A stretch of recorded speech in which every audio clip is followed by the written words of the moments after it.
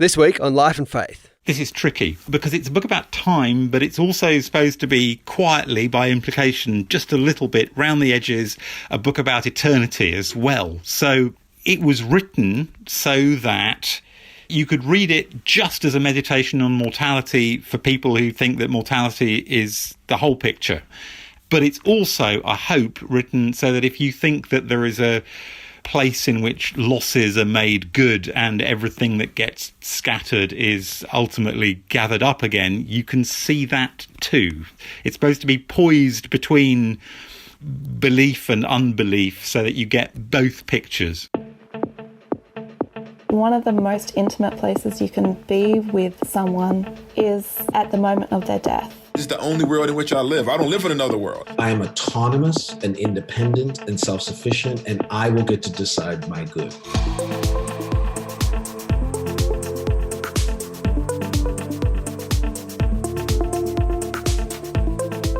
This is Life and Faith from CPX. I'm Simon Smart.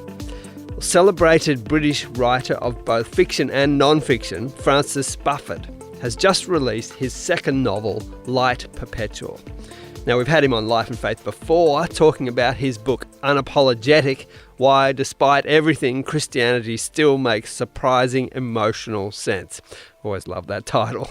And his latest book is an enthralling story about time and loss, love and heartbreak, and one that poses some intriguing questions around memory, lives not lived, and, in a beautifully subtle way, our nagging and persistent sense of eternity.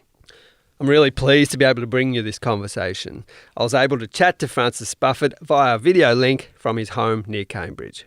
Francis Spufford, so good to see you, and congratulations on the book. It's a monumental achievement. You've not played it safe with this book, have you?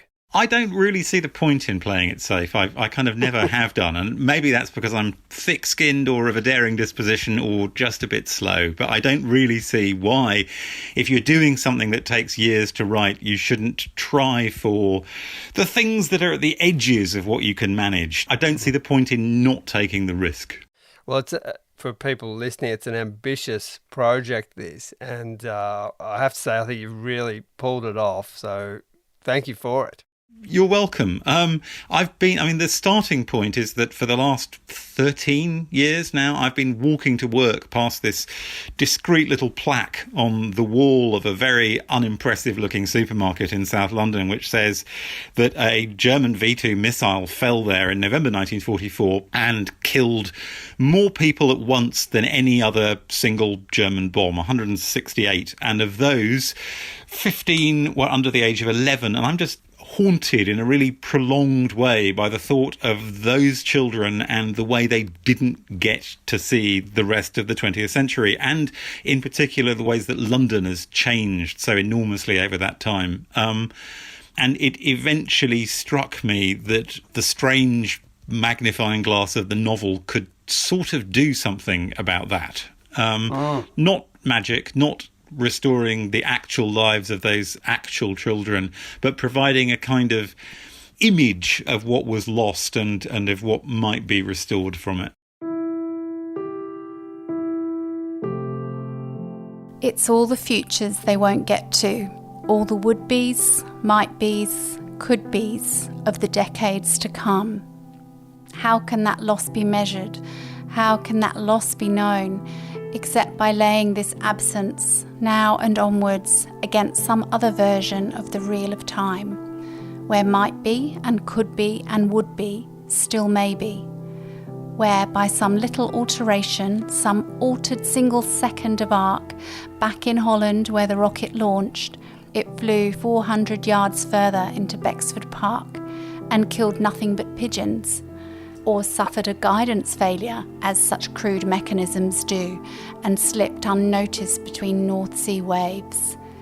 Come, other future. Come, mercy not manifest in time. Come, knowledge not obtainable in time. Come, other chances. Come, unsounded deep. Come, undivided light. Come, dust. The premise is you have these 5 characters, and their lives, and you kind of imagine them into existence beyond that tragedy. It's sort of what could have been. It's in many ways it felt to me like a meditation on time and what it does to all of us, right? Exactly. I wanted to write something about what it's like to live in time, which we all do. It's the invisible medium in which we do everything we do. And yet astonishingly hard to put your finger on as a thing in itself. The go-to quote here is from St. Augustine, who says, "I know exactly what time is until anyone asks me," which was true in the 6th century AD and is absolutely true now as well. And I wanted to do something which made time and the passage of time more visible, more feelable than it usually is. Both the kind of long run time of our lives, the way that the decades go by and we stay recognisably the same people and yet we change, but also the shorter bits, the shape of individual days, and down smaller than that as well, the little bits of really intense time where we understand something or do something we can't take back, and even the musical time, because there's a lot of music in the book, the musical time of a song, which after all is one of the ways that human beings kind of organise time in the most meaningful way for us. We put in 3 minutes of a piece of rhythm which is quite like a heartbeat, and over the top of it we put in a melody which is kind of like the meaning we try to make of 3 minutes of heartbeat. And I wanted something that did micro time and macro time and the whole of a lifetime together, and with more of a texture than we usually get to see, even though it's our absolutely universal experience. Yes, as I say, ambitious.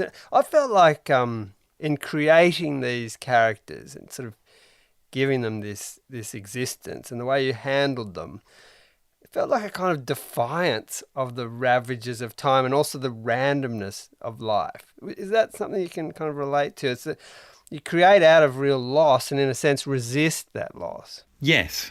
It doesn't abolish loss to resist loss, of course, and looked at from one point of view, that's just shaking a fist at the universe, which gets you absolutely nowhere. But it is the human thing to do, and I think it's part of appreciating where we are and the fact of our mortality. If we didn't mind that we were mortal, our lives wouldn't have the stature that they actually have, being mortal.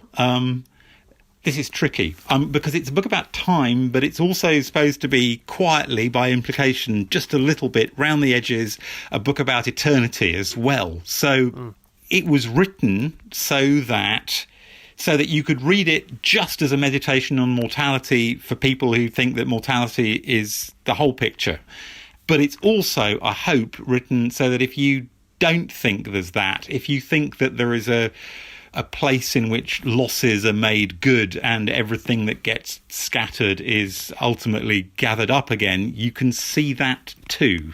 It's supposed to be poised between belief and unbelief so that you get both pictures. I felt like you have such empathy for your characters. You understand them, you write very sympathetically about them. They're all damaged, they're all wounded, like us all. But usually I feel like that you have grace and some redemptive possibilities there. That seems to me to be part of realism, or at least realism as I practiced it. We are all observably damaged, but we are all observably capable of second chances and turns towards redemption, and also capable of refusing them when they come along. One of my characters spends who's got his finger up his nose as a little boy when the missile falls on him at the beginning of the book, basically spends the whole of the book turning down opportunities for redemption. And there's a kind of self-destructive integrity to that. Good on you, Vern. He sticks with his character. Yeah, and in a sense, as somebody pointed out, his finger stays up his nose his entire life, and he's not sorry, because that too is a human possibility. But it seems to me that trying for clear sight about how human beings work entails the most kind of sympathy of which you're capable as a writer. You look hard and you try to get what people who are very unlike yourself are like to themselves on the inside, and that seems to me to be an essentially kind act. It doesn't mean you soften the edges of the bad stuff and the little bits of sleaze and meanness which go with being human, but it does mean that you're trying for a kind of understanding context for it all. Some bits easier to write than others, given that I'm really not like any of these 5 characters, but the great advantageous con of being a novelist is that you can spend months, or if necessary years, trying your best to understand 5 minutes in somebody else's life and then write it down as if it just came to you, and people will go, ooh, he's so perceptive. But actually, that was the month of September applied to understanding that.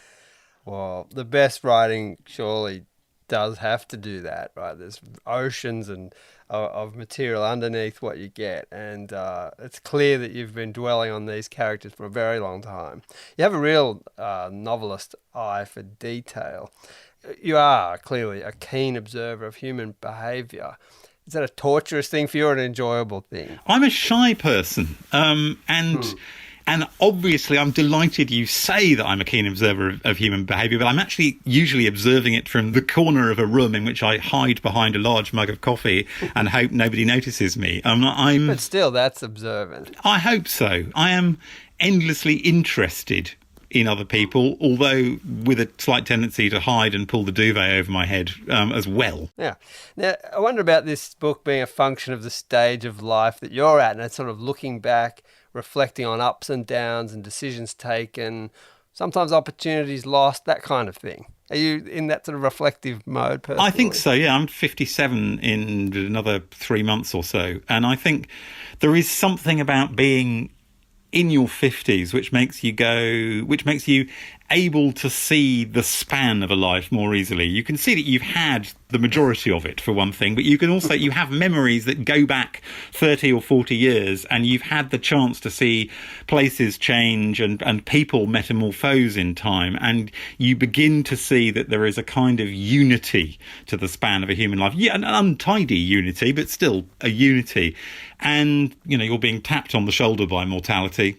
In some ways, historically speaking, 56 is a good long life already, and I kind of hope for a bit more. But you're being tapped gently on the shoulder by mortality. You can see that you've got a finite amount of time, and you can kind of see the phases of life starting to unroll. So you have more of a map, I think, for looking at your own life and other people's too. Of course, like any advantage, it comes with disadvantages, and one of them is that it's now harder to remember what it was like being 22 and convinced that you were immortal and that everything would go on forever, and take the top down and drive at 80 miles an hour. Yeah. Yeah, and you have this as a sort of a lovely, it's almost a melancholy in this story, a sort of nostalgic in a good sense, so the life not lived, choices that are shut down. There's a sort of a wistful longing for that. Is it a cathartic thing to write like that and sort of focus on longings that we all share? Yeah, I mean, that is part of the kind of, I think, the secret apparatus of writing fiction, that you get to act in this kind of quite literal way. You make up real other lives on that thing we all get, which is looking back to the multiple possibilities that your life once had and going, actually, I've ended up with this one. And, I'm lucky and I'm happy and I like this one. But nevertheless, I do notice that once upon a time I could have been anything and now I'm just this. And if you're a writer, you get to go, well, what about all the other things that I could have been? And you can project them over onto what other people are doing. So yes, it's wistfulness in motion in some ways. Mm-hmm. Yeah, it's lovely. Now, there was a review in The Guardian that I read that said, Spufford has, as a writer, a Christian heart without ever being off-puttingly pious, which I thought was kind of nice. And my sense with this was that as you reflect on time and where it takes us, what it does to us, there was a sense, I'm going to throw this up, you might say it's complete nonsense, but of a sort of a present absence, right? God, for instance, is not mentioned at all, but there's this sense of him being in the background perhaps all the time. Is there anything, am I onto anything there, or am I just sort of making it up? No, you're detecting exactly the present absence that I meant to put in there in an absent present kind of way. When people go, not in an off-puttingly pious way. Often what they mean is, without kind of hitting the big gongs that people identify as religious, but on the quiet, I'm doing some other stuff there, not in a propagandist way, but just because it's how I understand the shape of the world. So what I believe myself is that when children get killed by a bomb, everything they lose is somehow made good by a loving God. That God's capacity to remember what happened and who we've been, and also who we might have been and who we should have been if we'd had the chance, takes care of that. But, I don't know how. I'm not looking at the world from a God's eye view. But what I can do is offer a kind of image of that works in fictional terms and that goes, well, as a kind of image of God's unfailing embrace towards lost things. Let's make good the lost things like this. It's a kind of little fictional counterpart of what I think is really happening in the world. And then within those imagined resurrected lives, I wanted to write about lives that people think are completely secular, because most people these days do think their lives are completely secular. But again, if you are a believer, you don't think that the activity of the Holy Spirit ends at the church doors. You tend to think that the Holy Spirit is living and active and is out there in the world doing her thing kind of all the time.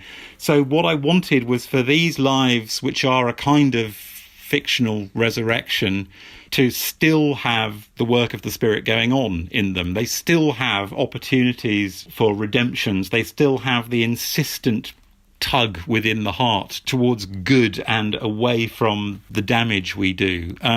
They are still quietly getting messages about what might be until the very last possible moment. And it doesn't matter to me if people don't detect that as a religious thing to do. The label's not important, but the shape of it is what I wanted to put in. And as I say earlier, there's this sort of the resistance, they're sort of playing your part in that sort of recreation, if you like, that and redemptive sort of action in even just giving these people their lives. Their lives aren't all beer and Skittles. I mean, there's violence, there's mental illness, there's heartbreak. I mean, these are tough lives that people live. Yeah. Well, I hoped that they seemed like real lives with a real mix of possibilities in. And it's always tricky whether you're going to try and be representative in the sense of covering the range of what human beings are capable of, or being representative in the sense of producing a kind of average sample of what happens to human beings. And in some ways, even though I'm trying to write about ordinary-ish lives, if there are such things, there's still a murder in there, there's still some mental illness, there's still getting nearly famous for one of the characters and then not. But I wanted to get the whole kind of tragicomic range of things in there, the awful stuff that goes with being human and the wonderful stuff, and in between the slightly boring stuff where you go to work every day and then you do it again. Because after all, work, huge part of most people's lives, so ought to be in novels more, I think.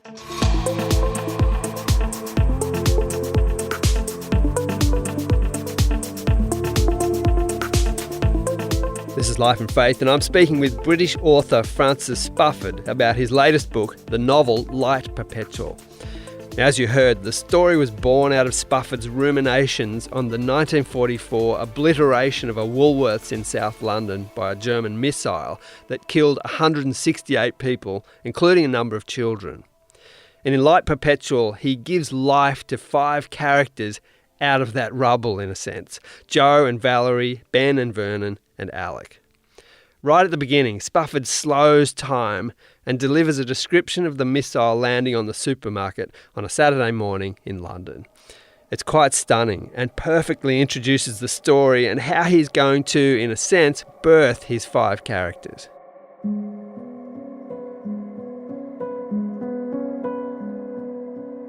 This particular Saturday lunchtime, Woolworths on Lambert Street in the borough of Bexford has a delivery of saucepans, and they are stacked on a table upstairs, gleaming cleanly.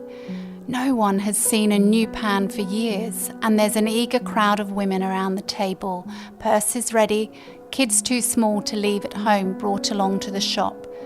There's Joe and Valerie with their mum, wearing tam o' shanters knitted from wool scraps, Alec with his spindly knees showing beneath his shorts, Ben gripped firmly by his and looking slightly mazed, as usual, chunky Vernon with his grandma, product of a household where they never seem to run quite as short of the basics as other people do. The women's hands reach out towards the beautiful aluminium, but a human arm cannot travel far in a 10,000th of a second, and they seem motionless. The children stand like statues, executed in flesh. Vern's finger is up his nose. Something is moving visibly, though, even with time at this magnification. Over beyond the table, by the rack of yellowed knitting patterns, something long and sleek and sharp is coming through the ceiling, preceded by a slow tumbling cloud of plaster and bricks and fragmented roof tiles.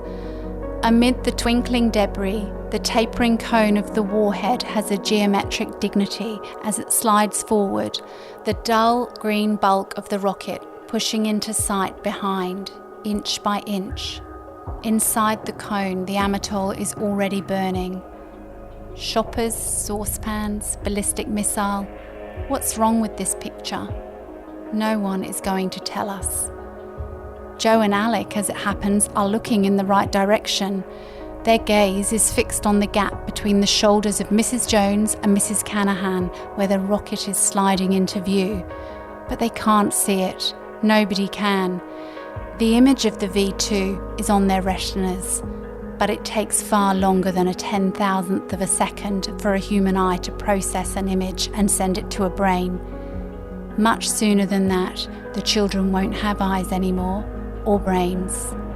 This instant, this interval of time, measurably tiny, immeasurably vast, arrives unwitnessed, passes unwitnessed, ends unwitnessed. And yet it is a real moment. It really happens. It really takes its necessary place in the sequence of moments by which 910 kilos of Amatol are delivered among the saucepans.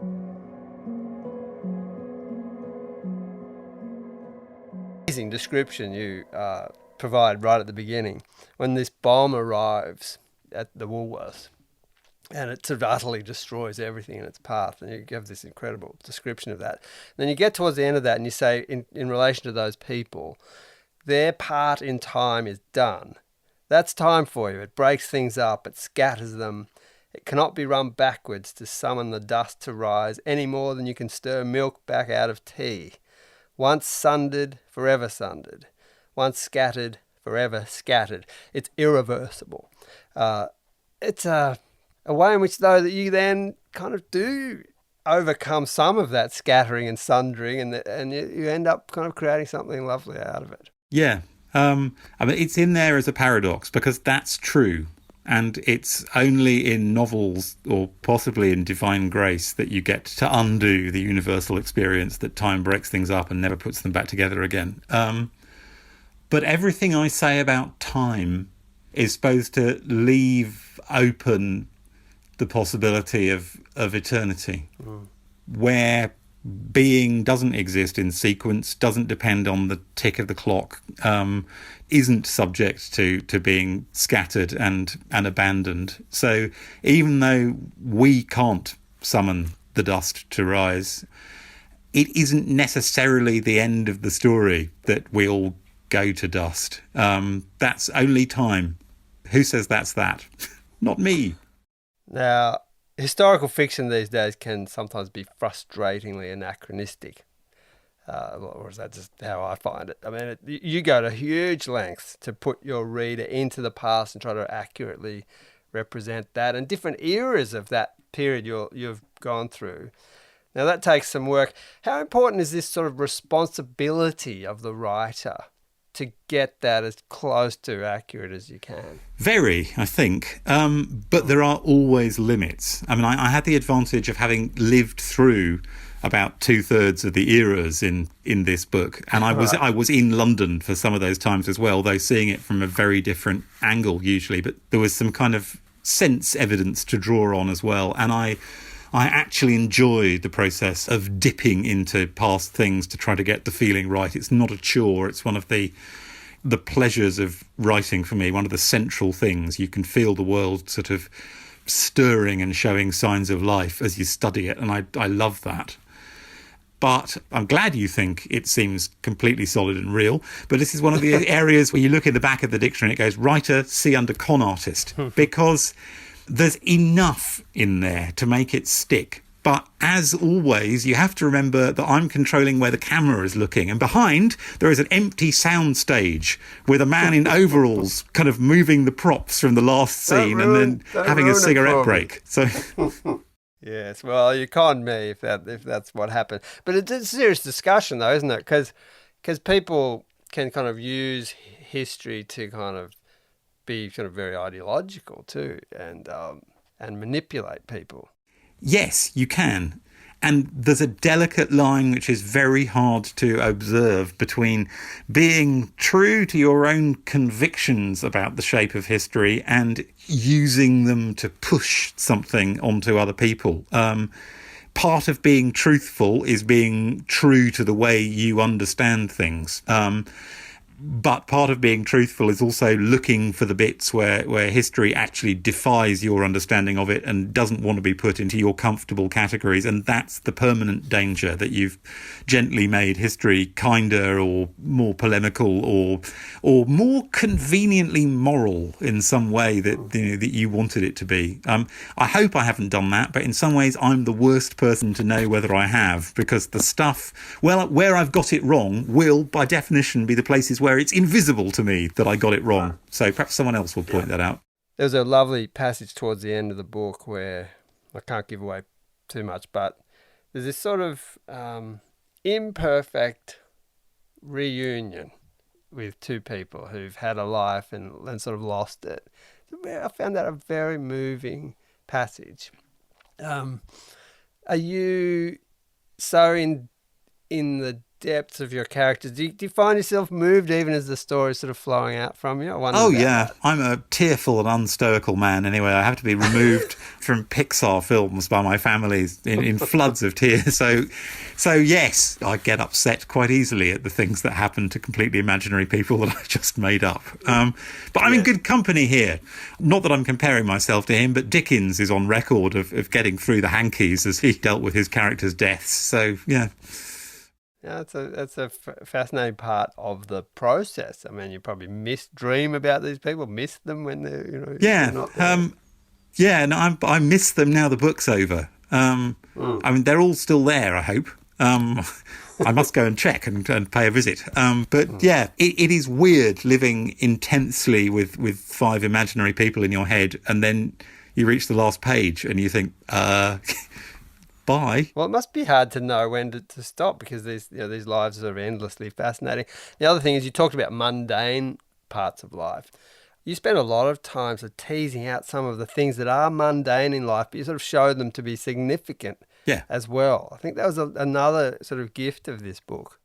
Well, again, that's my sense that there's nothing ordinary about ordinary time, and that there are little mysteries and little wonders buried in it all the way through.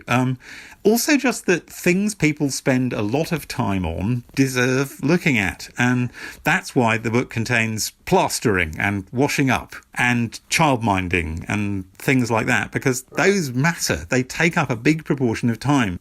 The time of our lives does not consist of significant high moments. It also consists of the bit when you're persuading a 2-year-old to come upstairs and making conversation as they do one step and then another step and then another step and then stop halfway up, and because they've forgotten something downstairs and have to come up with something where they need to keep going. Those things are real, and they are, if I may strike a moment of deep solemnity here, they are fundamental to our humanity.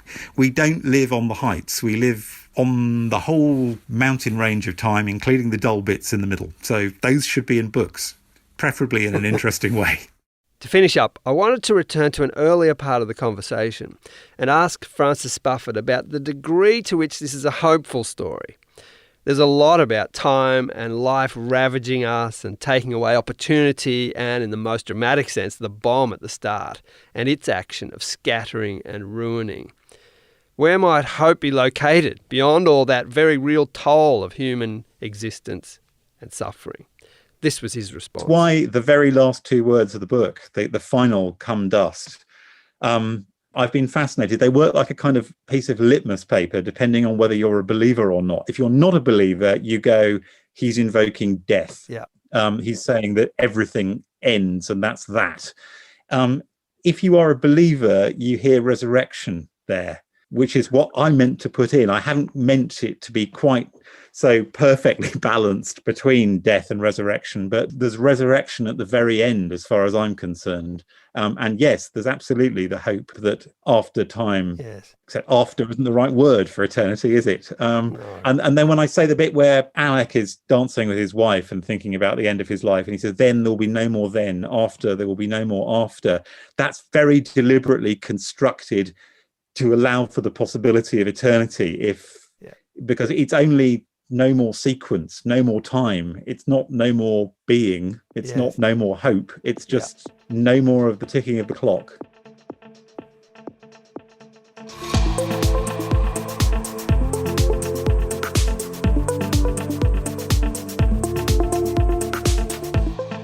This has been Life and Faith with me, Simon Smart. A huge thanks to Francis Spufford and also today to Lucy King for those readings of the book. Light Perpetual is available now on Kindle and in hard copy in March. Next week. There were always personal issues at stake in Salem, and I think in all witchcraft trials. We can talk about larger scale issues like economic change or political conflicts, but witchcraft accusations always started out of conflicts between individuals.